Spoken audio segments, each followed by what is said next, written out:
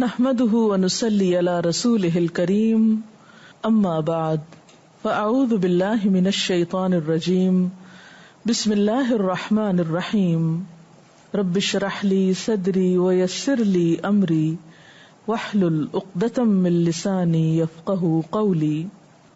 قرآن پاک میں اللہ سبحانہ وتعالی کا ارشاد ہے وسارعوا الى مغفرة من ربكم وجنة جنة عرضها السماوات والأرض أعدت للمتقين الذين ينفقون في السراء والضراء والكاظمين الغيظ والعافين عن الناس والله يحب المحسنين۔ دوڑ کر چلو اس راہ پر جو تمہارے رب کی بخشش اور اس جنت کی طرف جاتی ہے جس کی وسعت زمین اور آسمانوں جیسی ہے، اور وہ ان خدا ترس لوگوں کے لیے مہیا کی گئی ہے جو ہر حال میں اپنے مال خرچ کرتے ہیں، خواہ بدحال ہوں یا خوشحال ہوں، جو غصے کو پی جاتے ہیں اور دوسروں کے قصور معاف کر دیتے ہیں۔ ایسے نیک لوگ اللہ کو بہت پسند ہیں۔ ان آیات مبارکہ میں اللہ تعالی کے پسندیدہ لوگوں کی کچھ صفات بیان کی گئی ہیں جن کے لیے جنت کا وعدہ کیا گیا ہے، اور جنت کی صفت یہاں کیا بیان ہوئی کہ عرضها السماوات والارض، جس کا عرض یا چوڑائی یا وسعت آسمان و زمین جیسی ہے۔ اس جنت کے مستحق کون لوگ ہیں؟ جو تنگی اور خوشحالی میں اپنا مال خرچ کرنے والے ہوں، جو غصہ پی جانے والے ہوں اور لوگوں کو معاف کرنے والے ہوں۔ اور حقیقت یہ ہے کہ یہ صفات انہی لوگوں کے اندر ہو سکتی ہیں جن کے دل بڑے ہوں، جو وسیع ظرف کے مالک ہوں، کیونکہ جنت بہت بڑی جگہ ہے۔ وہ چھوٹے دل کے لوگوں کے لیے نہیں ہے، وہ ان کے لیے ہے جن کے سوچ کے افق وسیع ہیں، جو بہت بڑا ظرف رکھتے ہیں، جو لوگوں کو معاف کرنا جانتے ہیں۔ ان آیات میں اگرچہ بہت سی باتیں بہت خوبصورت اور وضاحت طلب ہیں، لیکن ہم آج کی گفتگو کے لیے منتخب کریں گے غصے کے عنوان کو جنت میں رہنے والے یا اہل جنت کاظمین الغیظ ہیں، غصہ پی جانے والے ہیں۔ غصہ ایک ایسی چیز ہے جو ہر ایک کو آتا ہے۔ کوئی شخص یہ کہتا کبھی سنائی نہیں دیا کہ مجھے کبھی غصہ نہیں آیا۔ اس کے برعکس اکثر لوگوں کو یہ کہتے ضرور سنا گیا ہے کہ مجھ میں ایک بڑی خراب عادت ہے کہ مجھے غصہ جلدی آتا ہے یا غصہ بہت آتا ہے۔ غصہ آنا ایک فطری سی بات ہے۔ اللہ تعالیٰ نے انسانوں کے اندر جہاں کچھ مثبت صفات رکھی، وہاں ان کے اندر کچھ منفی صفات بھی ڈالی گئی بطور امتحان کے۔ فَأَلْهَمَهَا فُجُورَهَا وَتَقْوَاهَا، انسان خیر و شر دونوں چیزوں کا مجموعہ ہے۔ تو غصہ بھی انسان کے اندر موجود ہے قدرتی طور پر۔ ہاں، ہمارے دین نے انسان کو یہ سکھایا کہ وہ غصے کا استعمال کہاں کرے اور کیسے کرے۔ یہ نہیں کہا گیا کہ غصہ ختم کر دیا جائے، یہ بتایا گیا کہ غصے کا درست استعمال کیا جائے، اور جب غصہ اس قدر آ جائے کہ اللہ کی حدود پار ہونے لگے تو پھر اس کا علاج بھی بتایا گیا۔ نبی اکرم صلی اللہ علیہ وسلم نے فرمایا غضب سے بچو۔ غضب غصے ہی کا دوسرا لفظ ہے، کیونکہ وہ آگ کی چنگاری ہے جو ابن آدم کے دل میں جلتی ہے۔ تم دیکھتے نہیں کہ ایسے شخص کی رگیں پھول جاتی ہیں اور آنکھیں سرخ ہو جاتی ہیں؟ تو جس کو اپنے غصے کا احساس ہو جائے اس کو چاہیے کہ وہ زمین سے لگ جائے، یعنی عاجزی اختیار کرے۔ گویا غصہ ایک ایسی کیفیت ہے جو انسان کو روحانی طور پر بیمار کر دیتی ہے۔ یہاں پر ہم دیکھتے ہیں کہ غصہ کنٹرول کرنے کے لیے کاظمین کا لفظ آیا۔ کاف زوئے میم عربی میں مشک کے منہ کو بند کرنے کے لیے استعمال ہوتا ہے۔ جو واٹر بیگ ہوتا ہے اس کے منہ کو بند کرنے کے لیے لفظ استعمال ہوتا ہے۔ غصے کا آنا ایسا ہی ہے جیسے کسی واٹر بیگ میں گرم پانی کا ہونا، اور اگر اس کا منہ کھل جائے تو اس کے چھینٹے اڑ کے بہت سے لوگوں کو تکلیف دے سکتے ہیں، اور اگر اس کا منہ باندھ دیا جائے تو وہ پانی فائدہ مند بھی ہو سکتا ہے. ہمیں غصے کے موقع پر اپنے آپ کو منفی رویے سے بچانا ہے، لوگوں کو تکلیف دینے والے انداز سے محفوظ رکھنا ہے. تو آئیے مختصراً دیکھتے ہیں کہ غصے کے اسباب کیا ہوتے ہیں. غصے کا اصل اور بنیادی سبب تو تکبر ہوتا ہے، اپنی ذات، اپنی رائے، اپنے طریقہ کار کو بڑا سمجھنا، خود پسندی کا شکار ہونا، خود کو اہمیت دینا وغیرہ. ایسی صورت میں پھر کیا کرنا چاہیے؟ بعض لوگ تو اس کو پی جاتے ہیں، کنٹرول کر لیتے ہیں، یا ایک حد کے اندر اس کا اظہار کرتے ہیں، لیکن بعض لوگ اس کا اظہار بہت بری طرح کرتے ہیں، مثلا چیخ چلا کر، چیزیں پھینک کر، چیزیں توڑ کر، گالی گلوچ کر کے، لڑائی جھگڑا کر کے، مار کٹائی، بعض اوقات قتل و غارت تک نوبت آ جاتی ہے. ایسی صورت میں انسان حدود کے اندر رہ کر تو غصے کا اظہار کر سکتا ہے، لیکن حد کو پار کرنا انسان کے لیے نقصان دہ ہو سکتا ہے. اسی لیے اللہ سبحانہ وتعالی نے اہل ایمان کی صفت کیا بتائی؟ والکاظمین الغیظ، کہ وہ اپنے غصے کو کنٹرول کرنے والے، اس کو روکنے والے ہوتے ہیں. کیونکہ غصہ ایک نقصان دہ چیز ہے. جب ایک انسان غصے کا شکار ہوتا ہے تو پھر اسے بہت طرح کے، مثلا جسمانی، ذہنی، روحانی، معاشرتی، جذباتی، کئی طرح کے نقصانات ہوتے ہیں. بعض اوقات اس کی صحت پہ برے اثرات پڑتے ہیں، بسا اوقات اس کے کام پر برے اثرات پڑتے ہیں. مسلسل غصہ کرنے سے انسان کے اعصاب کمزور پڑ جاتے ہیں، انسان منفی سوچ کا شکار ہو جاتا ہے. پھر اسی طرح انسان کی عقل بعض اوقات معوف ہو جاتی ہے، اور غلط قسم کے فیصلے انسان غصے کے تحت کر کے بسا اوقات اپنی ساری زندگی کو مصیبت میں مبتلا کر لیتا ہے. اور اسی طرح سب سے بڑی بات یہ کہ انسان کے ایمان کا دشمن ہے غصہ. رسول اللہ صلی اللہ علیہ وسلم نے فرمایا، جو شخص غصے کو روکے یعنی کنٹرول کرے، حالانکہ اس کو اختیار ہو اپنا غصہ پورا کرنے کا، یعنی وہ غصہ نکال سکتا ہے، تو قیامت کے دن اللہ تعالیٰ اس کو سب لوگوں کے سامنے بلائے گا اور فرمائے گا کہ جس حور کو تو چاہے پسند کر لے، یعنی اس کی پسند کی چیز اس کو دی جائے گی. اسی طرح ایک اور روایت میں آتا ہے کہ بندہ مومن کسی چیز کا گھونٹ نہیں پیتا جو اللہ کے نزدیک بہتر ہو غصے کے اس گھونٹ سے بڑھ کر جسے وہ اللہ کی خوشی کی خاطر پی جاتا ہے. یعنی اور کوئی چیز اس کے غصے کو کنٹرول نہیں کر رہی ہوتی سوائے اس احساس کے کہ میرے رب کو یہاں پر اس انداز میں بات کرنا یا غصے کا اظہار کرنا پسند نہیں. اسی طرح حضرت انس رضی اللہ تعالی عنہ سے روایت ہے، رسول اللہ صلی اللہ علیہ وسلم نے فرمایا، 3 چیزیں مومن کے اخلاق میں سے ہیں، جب اس کو غصہ آئے تو اس کا غصہ اس کو باطل کی طرف نہ لے جائے، ناحق کی طرف نہ لے جائے، اور جب وہ خوش ہو تو اس کی خوشی اس کو حق کے دائرے سے باہر نہ نکالے، اور جب وہ طاقتور ہو تو اس چیز کو لینے کی کوشش نہ کرے جو اس کی نہیں ہے، یعنی طاقت کے بلبوتے پر دوسروں کا حق نہ مارے. نبی صلی اللہ علیہ وسلم نے یہ بھی فرمایا، جو کوئی اپنے غصے کو باوجود طاقت رکھنے کے روکے گا تو اللہ تعالیٰ اس کے دل کو ایمان سے بھر دے گا. گویا غصہ کنٹرول کرنے والوں کا ایمان اور بڑھتا ہے، اور ناجائز طریقے پر غصے کے اظہار سے ایمان کو شدید نقصان پہنچتا ہے. انسان نیکی اور تقوی کی منزلیں جو بمشکل طے کرتا ہے ایک دم اس میں نیچے آ جاتا ہے. پھر اسی طرح غصے کا علاج بے حد ضروری ہے. اس میں کچھ چیزیں تو انسان کو خود ہی کرنا ہوتی ہیں، اور کچھ باہر کا ماحول بھی ایک حد تک انسان کو مدد دیتا ہے.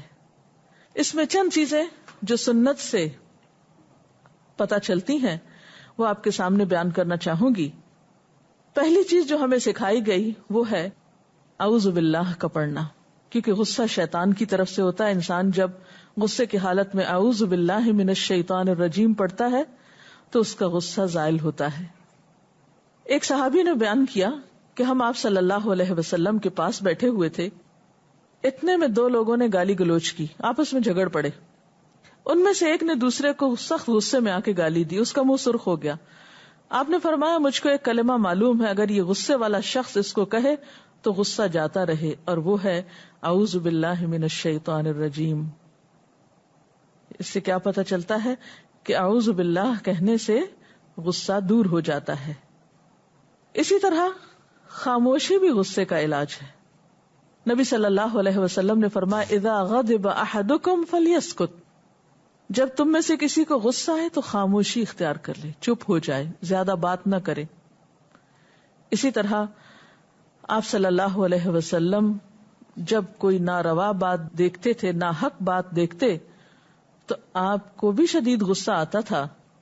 صحابہ کرام آپ کے چہرے مبارک کو دیکھ کر اندازہ کر لیا کرتے تھے، لیکن آپ خاموشی اختیار کرتے تھے یا پھر صرف حق بات زبان سے کہتے تھے. کبھی ایسا نہیں ہوا کہ غصے میں آ کر آپ نے کوئی ناحق بات زبان سے نکالی ہو. اسی طرح انسان تھوڑی دیر کے لیے سوچے کہ اس وقت ری ایکشن کتنا اور کس قسم کا ہونا چاہیے، لیکن بات یہ کہ اس وقت انسان کی عموماً عقل ہی معاف ہوتی ہے، سوچنے سمجھنے کا وقت ہی کم ہوتا ہے. اس لیے ایک اور علاج یہ بتایا گیا کہ انسان پانی پی لے یا پانی کا استعمال کرے. پیاس نہ ہو تو وضو کیا جا سکتا ہے، اگر پھر بھی غصہ دور نہ ہو تو نہایا جا سکتا ہے. نبی صلی اللہ علیہ وسلم نے فرمایا غصہ شیطان کی طرف سے ہے، اور شیطان آگ سے پیدا کیا گیا ہے، اور یقیناً آگ پانی سے بجھائی جاتی ہے. جب تم میں سے کسی کو غصہ آئے تو اسے چاہیے کہ وضو کر لے. تو گویا غصے کے وقت انسان وضو کی جگہ پہ چلا جائے اور اپنے اوپر خوب پانی ڈالے حتیٰ کہ غصہ دور ہو جائے، تھوڑا رو لے، اپنے سے بات کر لے، اللہ سے دعا کر لے، فریاد کر لے، لیکن لوگوں کے سامنے مجنونانہ حرکتیں کرنے سے بچے. اسی طرح اپنے آپ کو کسی ذہنی یا جسمانی کام میں مصروف کیا جا سکتا ہے. چیزیں پھینکنے یا توڑنے یا دروازے زور سے مارنے کی بجائے کچھ زیادہ بہتر کام کیے جا سکتے ہیں. مثلاً کوئی کتاب پڑھی جا سکتی ہے، تلاوت قرآن پاک کی جا سکتی ہے. اسی طرح کچھ ایکسرسائزز ہو سکتی ہیں، واک کی جا سکتی ہے، کیونکہ بعض اوقات جسمانی مشقت انسان کی ایسے کیفیت سے اس کو باہر لانے میں مدد دیتی ہے. اپنی پوزیشن کو تبدیل کرنا بھی فائدہ مند ہوتا ہے. حضرت ابو ذر رضی اللہ تعالیٰ عنہ سے روایت ہے کہ نبی صلی اللہ علیہ وسلم نے فرمایا اگر تم میں سے کسی کو غصہ آئے اور وہ کھڑا ہو تو اسے چاہیے کہ بیٹھ جائے، پھر اگر غصہ جاتا رہے تو خیر، ورنہ چاہیے کہ لیٹ جائے. یعنی کھڑا ہے تو بیٹھ جائے، بیٹھا ہے تو لیٹ جائے. اسی طرح یہ بھی ہو سکتا ہے کہ اگر آپ لیٹے ہوئے ہیں تو اٹھ کے بیٹھ جائیں، بیٹھے ہوئے ہیں تو اٹھ کے چل دیں. یعنی پوزیشن کا تبدیل کرنا، جگہ کا تبدیل کرنا فائدہ مند ہو سکتا ہے. پھر اسی طرح بعض اوقات ماحول انسان کی مدد کرتا ہے. اگر آپ دیکھیں کہ کوئی شخص غصے میں ہے تو کوئی سلی جوک کر دیں، کوئی ہلکی سی ایسی بات ہلکی پھلکی کر دیں جس سے ماحول میں شگفتگی پیدا ہو جائے اور غصہ کرنے والا ہنس پڑے، مسکرا پڑے، غصہ کرنا بھول جائے. کیونکہ ایک دوسرے کی مدد کرنا بھی بے حد ضروری ہے. یہ انتہائی جاہلانہ بات ہے کہ اگر ایک شخص غصے میں ہو تو دوسرا شخص اس کے غصے کو اور بھڑکائے اور اس سے ایسی باتیں کرے جس سے وہ اور زیادہ غضبناک ہوتا چلا جائے. کیونکہ ہم جن لوگوں کے ساتھ مل جل کر رہتے ہیں ان کی عادات کو بھی پہچانتے ہیں کہ کسی شخص کے غصے میں کن کن باتوں سے اضافہ ہوتا ہے اور کن کن چیزوں سے کمی ہوتی. لہٰذا ہم سب کو ایز اے فیملی ممبر یا جہاں پر سب مل جل کر رہتے ہیں کسی بھی مقام موقع پر، وہاں ایک دوسرے کی مدد کرنی چاہیے، دوسرے کا غصے کو کم کرنے کے لیے، اور ان اسباب کو دور کرنا چاہیے اور ان چیزوں سے بچنا چاہیے اور بچانا چاہیے جس سے دوسرے شخص کے غصے میں اور زیادہ اضافہ ہو. اسی طرح دوسرے کو چھوٹے چھوٹے جملے کہنا، ٹیک اٹ ایزی، کوئی بات نہیں، اس کا دھیان بٹا دینا، یہ چیزیں دوسرے کو مدد دے سکتی ہیں. اسی طرح غصے کے وقت نصیحت کرنا کسی کو زیادہ فائدہ نہیں دیتا کیونکہ وہ اس وقت سننے کے موڈ میں نہیں ہوتا. مثلا بچے اگر بہت غصہ کرتے ہیں تو اس وقت بہت ڈانٹ ڈپٹ نہیں کرنی چاہیے. کسی دوسرے وقت میں اچھی طرح بات کی جا سکتی ہے، دلیل سے سمجھایا جا سکتا ہے، غصے کے نقصانات بتائے جا سکتے ہیں. پھر اسی طرح اپنے آپ کو بہت زیادہ حساس نہیں کہنا چاہیے. بعض لوگ اپنے آپ کو غصے کی غذا دیتے ہیں. میں بہت حساس ہوں، میں بہت سینسیٹیو ہوں، مجھے بہت جلد غصہ آ جاتا ہے. یہ کلمات دہرانے نہیں چاہیے. کیونکہ انسان جب ایسی باتیں بار بار کرتا ہے تو اس سے ایسی منفی عادات اور زیادہ پختہ ہوتی ہیں، اور بار بار دوسروں کے سامنے کہنے سے جھجک اتر جاتی ہے، اور اس سے انسان کا مزید نقصان ہوتا ہے. اسی طرح انسان کو غذائی عادات پر توجہ دینے کی ضرورت ہے کہ اس کے کھانے میں کوئی ایسی چیز تو شامل نہیں ہے جس سے اس کے خون میں ایک دم گرمی پیدا ہوتی ہے اور بہت جلد غصے کا شکار ہو جاتا ہے. جاپان میں ایک حالیہ تحقیق کے مطابق نوجوانوں میں غصے کے اسباب کا جب پتہ چلایا گیا تو اس کا سبب یہ پتہ چلا کہ وہ زیادہ وقت ٹی وی کے سامنے یا اسکرین کے آگے بیٹھے رہتے ہیں یا کمپیوٹرز کے سامنے بیٹھے رہتے ہیں، جس سے ان کے دماغ کا فرنٹل لوب ڈیولپ ہی نہیں ہو پاتا، یعنی پوری طرح ڈیولپ نہیں ہو پاتا، جو کہ ضبط نفس کے لیے بہت اہم ہوتا ہے. اور ان کو آلٹرنیٹ کے طور پر ردم کے ساتھ یا گا کر چیز پڑھنے کو سجیسٹ کیا گیا، اور میں سمجھتی ہوں کہ اس کے لیے بہترین علاج یہ ہے کہ انسان بہت خوبصورت آواز سے قرآن پاک پڑھنے کی عادت ڈالے، جیسا کہ صبح کے وقت، فجر کے وقت، نماز کے بعد بلند آواز سے تلاوت جو ہے وہ ایک پسندیدہ عمل ہے، اور ایسی بہت سی عادات کو انسان کے اندر جو مثبت عادات ہیں وہ پیدا کرنے میں مدد دیتا ہے. پھر اسی طرح یہ ہے کہ جو اسباب انسان کو غصہ دلاتے ہیں ان اسباب کے بارے میں کسی دوست سے، کسی ہمدرد سے ڈسکس کر لینا چاہیے تاکہ مسائل کا حل سامنے آئے اور انسان ان مسائل سے نکلنے کی کوشش کرے جو عموماً غصے کا سبب بنتے ہیں. پھر اسی طرح یہ ہے کہ والدین بچوں کے سامنے اچھی مثال پیدا کریں، بجائے اس کے کہ بچوں کو لیکچر دیا جائے کہ غصہ نہ کیا کرو، خود اپنے عمل سے ثابت کریں کہ غصہ کرنا کوئی اچھی عادت نہیں، تاکہ ان کے اندر غصہ دور ہو. بعض لوگوں کا خیال یہ ہے کہ شاید غصہ کرنے سے یا غصہ نکالنے سے غصہ ختم ہو جاتا ہے، لیکن تحقیق یہ بتاتی ہے کہ زیادہ غصہ کرنے سے غصہ مزید بڑھتا ہے. اس کا علاج یہی ہے کہ کنٹرول کر لیا جائے، بہت زیادہ اظہار سے اس کا علاج نہیں ہوتا. نبی صلی اللہ علیہ وسلم نے اصل طاقتور کی تعریف یہ بتائی کہ پہلوان وہ نہیں جو لوگوں کو پچھاڑ دے، بلکہ پہلوان وہ ہے جو غصے کے وقت اپنے آپ کو قابو میں رکھے. یعنی زیادہ طاقتور انسان وہ ہے. اللہ تعالیٰ سے دعا ہے کہ اللہ تعالیٰ ہمیں اپنے غصے کو کنٹرول کرنے کی صلاحیت عطا کرے تاکہ ہم بہتر انسان بن کر اس زندگی کو بسر کریں، اور پھر اللہ تعالیٰ کے پاس جب حاضر ہوں تو وہ ہم سے راضی ہو جائے اور ہم اس سے راضی ہو جائیں. اس سلسلے میں اگر کوئی سوال ہو تو آپ کر سکتے ہیں. بعض اوقات یہ ہوتا ہے نا کہ ہم غصہ تو کنٹرول کر لیتے ہیں، لیکن ایک کتھارسس چاہیے ہوتا ہے، لائک کسی نے بہت ہرٹ کیا یا کسی نے کچھ ایسا کیا، تو اپنا کتھارسس کیسے کریں؟ پھر اس میں انسان صرف کسی ایسے شخص سے بات کرے جو اس کو آنےسٹلی صحیح مشورہ دینے والا ہو. ایسے شخص کے پاس نہیں جانا چاہیے جو آپ کی ہر بات کی ہاں میں ہاں ملائے، یا آپ کو اچھا مشورہ نہ دے سکے، یا یہ کہ صرف آپ کے ڈر سے یا آپ کے خوف سے آپ کی مرضی کی بات کر کے آپ کے غصے کو اور زیادہ بڑھا دے، یا ان اسباب کو اور زیادہ بڑا کر کے بتائے کہ آپ ہی حق پر ہیں. اچھا مخلص دوست یا کوئی ایسا انسان جو آپ کی اصلاح بھی کر سکے اور آپ کا کتھارسس بھی کر سکے یا آپ کا غم سن سکے، اس سے ڈسکشن کرنا مفید ہو سکتا ہے. اگر غصہ آئے اور اس کے بعد مطلب انسان آؤٹ آف کنٹرول ہو جائے، پھر بعد میں احساس ہو کیا مسٹیک ہو گئی ہے اسے، مطلب ریپیٹیڈلی یہ چیز ہو انسان سے، تو کیا اللہ کے نزدیک یہ قابل معافی ہے کہ آپ ہر دفعہ اللہ سے ایکسکیوز کر لیں، معافی مانگ لیں؟ ہاں، اگر آہستہ آہستہ وہ چیز کم ہوتی جا رہی ہے، مثلا پہلے بہت شدید تھی پھر اس سے کم، پھر انسان مسلسل کوشش میں اپنی اصلاح کے، تو انشاءاللہ قابل معافی ہے. لیکن اگر انسان اصلاح کی کوشش نہ کرے اور ہر دفعہ یہی جواز پیش کر دے کہ بس میں کیا کروں، میری تو عادت یہی ہے، میں تو یہ کر ہی نہیں سکتا، تو یہ درست نہیں ہوگا. بعض اوقات ہمیں بعض لوگوں کا پتہ ہوتا ہے کہ ان کو غصہ آتا ہے نا، تو جان بوجھ کے کچھ لوگ پھر ایسے اس طرح کی باتیں کر دیتے ہیں کہ اس بندے کو جو اس کی نیگیٹو یہ عادت ہے اس کو مزید بڑھا دیتے ہیں. تو پھر اس سلسلے میں کیا کرنا چاہیے؟ اس سے بھی بچنا چاہیے، کیونکہ یہ کسی کے ساتھ ہمدردی نہیں ہے. مومن کے لیے ہمدردی کے جذبات رکھتا ہے، اس کا مددگار ہوتا ہے، نہ کہ اس کی منفی عادات کو یا منفی چیزوں کو سامنے لانے کا سبب ہوتا ہے. تو ہمیں ایک دوسرے کی سلسلے میں وتواصوا بالحق وتواصوا بالصبر ہے نقصان سے بچنے کا طریقہ، نہ کہ اس کے برعکس. آپ نے بتایا تھا کہ انسان شر اور خیر دونوں کا مجموعہ ہے، تو کس طرح؟ یعنی انسان کے اندر اچھی عادات بھی ہیں، اچھائی کا جذبہ بھی موجود ہے، اس کے اندر نیک بننے کی صلاحیت بھی موجود ہے، اور اسی طرح اگر وہ برائی کی طرف جانا چاہے تو اس کی بھی اس کو سہولت ہے، جو راستہ چاہے اختیار کرے. اللہ تعالیٰ قرآن پاک میں فرماتے ہیں وَهَدَيْنَاهُ النَّجْدَيْنِ، ہم نے اس کو دونوں راستے دکھائے.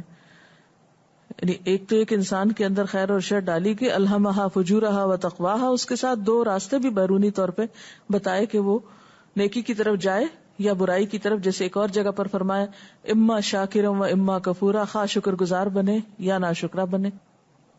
غصے کا مثبت استعمال یہ ہو سکتا ہے کہ انسان اپنی ذات کے لیے غصہ نہ کرے بلکہ حق کے لیے غصہ کرے. جیسے کہ ایک حدیث میں آتا ہے رسول اللہ صلی اللہ علیہ وسلم نے اپنی ذات کے لیے کسی سے کبھی کوئی انتقام نہیں لیا مگر یہ کہ اللہ کی حرمت کو توڑا جائے، اس کے لیے آپ انتقام لیتے تھے. یعنی انسان اپنے اس جذبے کو یا اس غصے کو ان کاموں میں استعمال کرے جو معاشرے کی اصلاح کے ہیں یا فائدے کے ہیں بنسبت اس کے کہ تخریب کی طرف لے جانے والے.